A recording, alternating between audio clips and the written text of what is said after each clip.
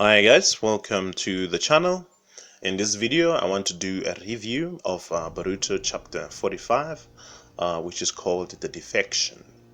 And in this review I want to talk about two things. The first one being Amado, who wants to defect to Konoha, which means that he wants to offer Konoha information about the Otsutsuki and the Kara organization in exchange of the protection that Konoha can offer him. And the second thing that I wanted to talk about is the confrontation between Jigen and Kashin Koji. Now, let's talk about the first thing that I wanted to talk about, which is Amada defecting to Konoha. And now, from there, the chapter starts by Amada negotiating with Hokage Naruto in the hopes of trying to come to an agreement whereby Amada would give information and get protection from the village. So now, as the chapter goes on, we can see Hokage Naruto ask Sai to capture Amada and bring him to his office. And while Amada is in his office, he starts talking about the Otsutsukis. And some of the things that he mentioned about the Otsutsuki is that there's one thing, or perhaps before I can talk about the Otsutsuki themselves, let me talk about what he said about Jigen. Because what he said about Jigen is that Jigen became an Otsutsuki, meaning that Jigen was a human at first, but he became an Otsutsuki. And Uchiha Sasuke asked a question, which was, did he achieve this through the Karma Seal? Was there a Karma Seal process involved around Jigen becoming an Otsutsuki? And Amada does not reject that. He basically says yes, it's something along those lines. And it's very interesting because this is confirmation of what we've been talking about, the theories that we've been talking about, even in my channel and everybody else in the Naruto Boruto fan base. And another thing that Amada goes on and talk about is that the main aim of the Otsutsukis, is to devour the life of the planet and every living thing on it. So simply means that if Jigen's main aim is to devour, or all the Otsutsuki's main aim is to devour the life of the planet using the Ten-Tail. And while he's talking about the Otsutsukis, there's a time when he talked about them being alien, parasitic animal, which is the parasites alien. So I think that's the right word to say. And now, when somebody says this is parasitic or is a parasite, or it simply means that it has to lean on something. It has to rely on other people's or other resources which does not belong to it. And I think which is in this case is chakra, which doesn't belong to the Otsutsukis. And this chakra is for the planet, and if the planet relies on chakra to survive, or natural energy to survive, it means that natural energy belongs to the planet and the people who live in that planet, and aliens cannot just come out there and suck the life out of this planet, which is necessary, which is needed for the people who are in that planet to survive. And that's a problematic thing about the Otsutsuki's and their aim and they don't care about anybody else who's on the planet. They just want to suck out life. And this is the information, or this is the confirmation that we are getting from Amada, that their main aim is just to come to the planet and behave as parasites and devour the life of the planet and steal all the chakra. And he goes on and says that in order to devour the life of the planet, they plant a tree, which is the chakra tree, which its roots, the roots of an enormous, they plant with the tree that they plant is obviously an enormous tree which they plant on the planet, and the roots of that tree will go across the entire planet, devouring the life of the planet and every living thing that is within that planet. And now, and then he goes on and say that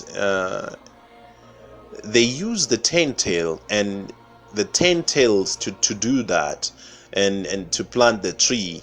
And right now we've seen there's a dimension which it's created, or it's owned, or it's under the control of Jigen. We see that there's a Ten-Tail which is kept there in that dimension, and from that dimension Sasuke was able to get there because Amada and Kashin Koji had deliberately broken a ship where they were which they were using with, and deliberately left a code which would allow Uchiha Sasuke to teleport to that space, to that dimension. And with that said, it means that they wanted to, and Amada says that we wanted you to know about this beforehand, before we started the initiation of betraying the organization. And which means that already while they were inside, they were planning and plotting to go against the organization, and which is something that Sasuke is surprised about. And what's another thing that's interesting is that Sasuke knows more information, and Naruto and Shikamaru are surprised that even Sasuke is confirming to what this guy is saying. And I think in that moment and in that instance, Okage Naruto and Shikamaru are going to begin to believe what this guy is talking about, because initially when this guy started the confrontation, or when this guy started the negotiation with Okage Naruto, and there was a lot of trust issues that were hanging around in that environment, and that it's gonna begin to go away as Sasuke is also confirming the information that this guy is speaking, that Sasuke has seen the Ten-Tail and he has seen that dimension that he's talking about, meaning that this guy, there's some truth that he's talking about in what he's saying. And while he was at it, you can see Amada receiving a call from his colleague being Kashin Koji. And now the call that came, you see that the technology in this chapter, or in Boruto as a whole, far surpasses that of which we've seen in Naruto Shippuden and the Naruto series. And there's like some advancement of technology. And with Amada being the scientist of the Kara organization, I don't know if I've ever mentioned that. Amada being the scientist and who created all the cyborgs in the Kara organization, who seemed to know everything about the Kara organization. And also Kawaki confirmed that this guy is someone who has never left the Kara base, and he's never been given a mission to go out of the Kara base. So, and also he's the scientist who designed everything, the cyborgs, and also he's the one who created Kashin Koji. And this guy knows everything that there is to know about the Kara organization, because he is the main scientist, the main man behind the technology that is used by the Kara organization. And now, as I'm talking, there's a call that he received from Kashin Koji, and who summoned a toad, and that toad is doing a telecommunication call to, or maybe you can call it a video conferencing call from the Kara base where Kashin Koji is confronting Jigen. And now it's nice to see that the Kashin Koji is calling Amada to show everyone what is happening in the base.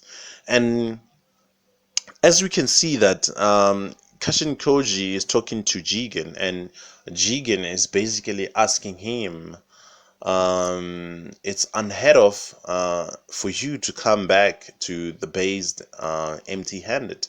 And the response coming from Kashin Koji was that, well, I couldn't bring Kawaki back because he's under the protection of the Hokage in the Hidden Leaf Village. So, and also Kashin Koji asked Jigen about why was it that he would send him to go and collect a puzzle, whereas he was able to teleport straight to Kawaki. And Jigen says, why, when did it become a problem for me to ask you to collect something that I can easily collect? And that's where the confrontation started. And in this instance, or in this moment, we begin to see that Jigen is aware that Kashin Koji and Amada are betraying the organization. And that's where things is more interesting. And Kashin Koji realizes that Jigen knows, and from this point, there's no turning back. And but also, Jigen was trying to be cool about it, and by trying to say that I'm not gonna reprimand you for doing what you did, but all I need to know is, why have you done that? Why are you trying to sabotage the mission? And you knowing that the mission, because we already agreed, I mean, all of us already agreed that the aim of the organization is to create the chakra fruit. Why are you doing this? I'm interested in knowing, why are you doing this? And Kashin Koji responded by provoking Jigen, and he provoked him in a sense that he asked him, if you're not gonna provoke me, why is your breathing pattern changed? And from there, Jigen lost his cool. And this is some of the things that are just exciting to see. Jigen just went and started attacking Kashin Koji just like that. And I think this is the beginning of an exciting battle between Jigen and Kashin Koji.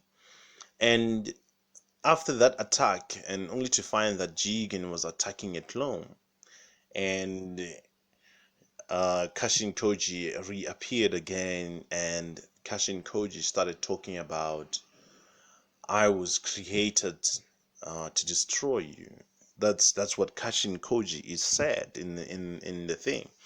And now, if Kashin Koji was created, it means that all our theories about Kashin Koji being Jiraiya are beginning to be shaken by this outcome. And now, if Kashin Koji is not Jiraiya, and I've done a lot of videos around this, and I was so sure that Kashin Koji could be Jiraiya, but right now I'm having my doubts, because it looks like Kashin Koji is really uh, a robot or a cyborg that was created by Amado in in in in in in the hopes of trying to defeat Jigen. And I do think that In this instance, when we are watching the Hidden Leaf Village, who are currently watching the confrontation, and I think that Amada wants Hokage Naruto and Sasuke to intervene in that kind of a setup so that they can help Kashin Koji to defeat Jigen. And I think all in all, this chapter was a wonderful chapter, and I thank you for staying on the channel. Please subscribe, and I'll see you next time when I do the review of any anime or manga.